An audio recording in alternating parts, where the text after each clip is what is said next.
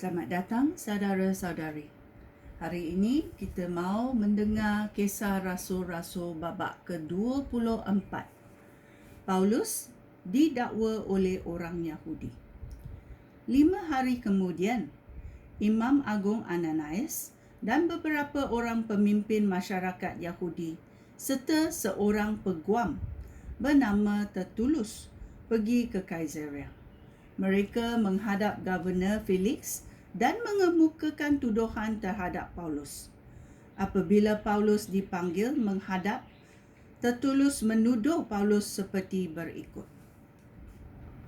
Tuan yang terutama, oleh sebab pemimpin Tuan yang bijaksana, kami terus-menerus mengalami kesejahteraan di negeri ini. Banyak pembaruan pun sudah dilaksanakan untuk kebaikan negeri kami. Kami menghargai semua itu dan kami sangat berterima kasih kepada Tuan. Supaya tidak membuang banyak masa Tuan, saya memohon supaya Tuan sudi mendengar pengaduan kami yang ringkas ini. Kami dapati orang ini pengacau yang berbahaya. Dia menimbulkan kekacauan di kalangan orang Yahudi di seluruh dunia dan dia pemimpin sekumpulan orang Nazaret. Dia cuba menajiskan rumah Tuhan. Lalu kami menangkap dia. Kami bercadang menghakimi dia menurut Taurat kami sendiri. Tetapi Komandan Lysias merampas dia daripada kami. Dia memberikan perintah supaya pendakwa-pendakwanya menghadap Tuan. Jika Tuan menyoal orang ini, Tuan sendiri dapat mengetahui kebenaran segala tuduhan kami. Orang Yahudi di situ juga turut menuduh Paulus dan mengatakan bahawa semua yang dikatakan oleh Tertulus itu benar. Paulus membela diri di hadapan Felix. Ayat ke-10.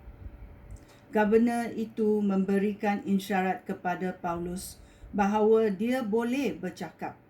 Oleh itu, Paulus berkata, "Saya tahu bahawa Tuan telah menjadi hakim negeri ini selama bertahun-tahun.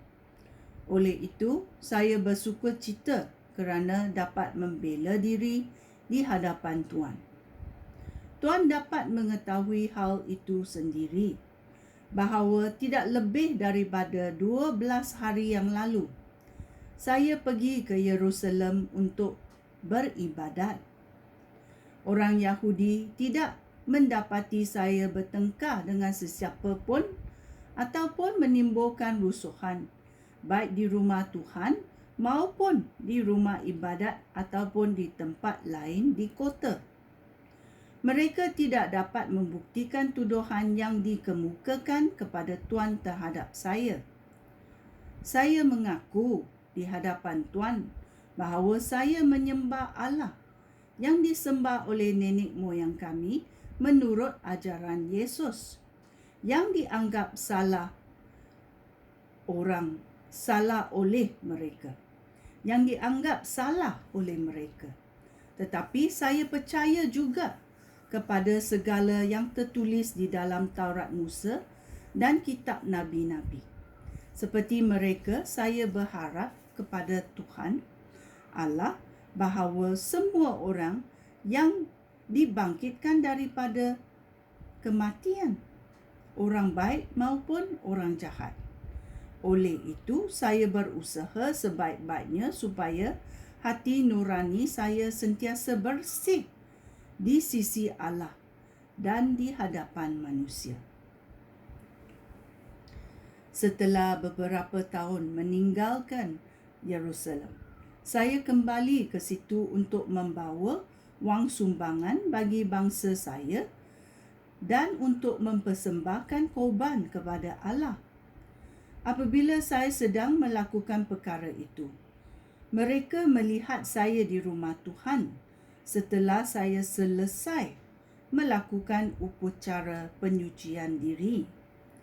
Tidak ada orang ramai menyertai saya. dan tidak ada kekacauan berlaku di situ pada waktu itu. Tetapi beberapa orang Yahudi dari daerah Asia ada di situ. Sebenarnya mereka yang harus menghadap Tuan dan mengajukan tuduhan mereka, jika ada tuduhan terhadap saya. Atau biarlah semua orang ini memberitahukan kesalahan saya yang didapati oleh mereka pada masa saya dibawa menghadap majlis agama. Mereka mendapati satu perkara sahaja. Saya mengatakan hal ini di hadapan mereka. Hari ini saya diadili kerana saya percaya bahawa orang mati akan dibangkitkan daripada kematian.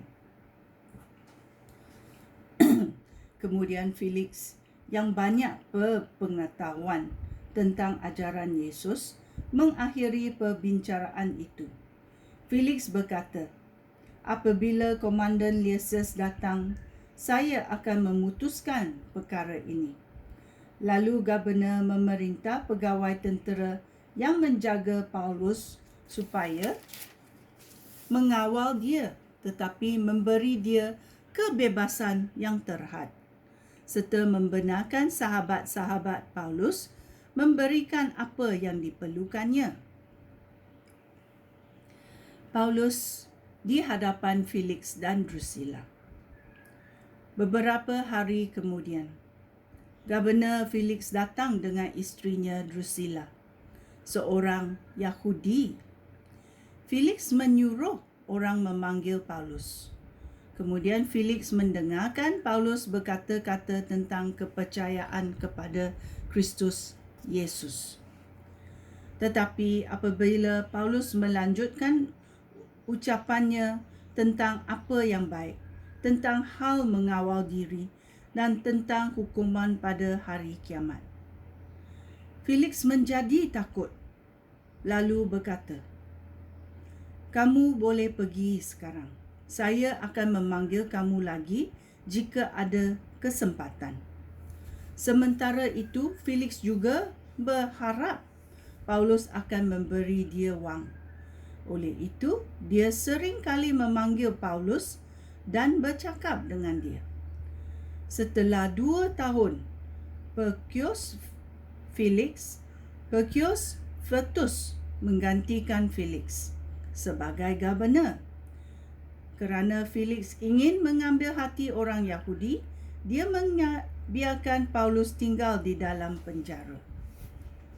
Ya, itu selepas 2 tahun Porcius Festus menggantikan Felix sebagai gubernur. Kerana Felix ingin mengambil hati orang Yahudi, dia membiarkan Paulus tinggal di dalam penjara. Ini adalah Kisah Rasul-Rasul babak ke-24. Kita tahu dalam dunia ini ada yang bertentangan dengan ajaran Yesus. Apa akan berlaku kemudian? Okay, kita mau dengar lagi Kisah Rasul-Rasul selanjutnya dalam babak 25. Sekian, terima kasih. Shalom.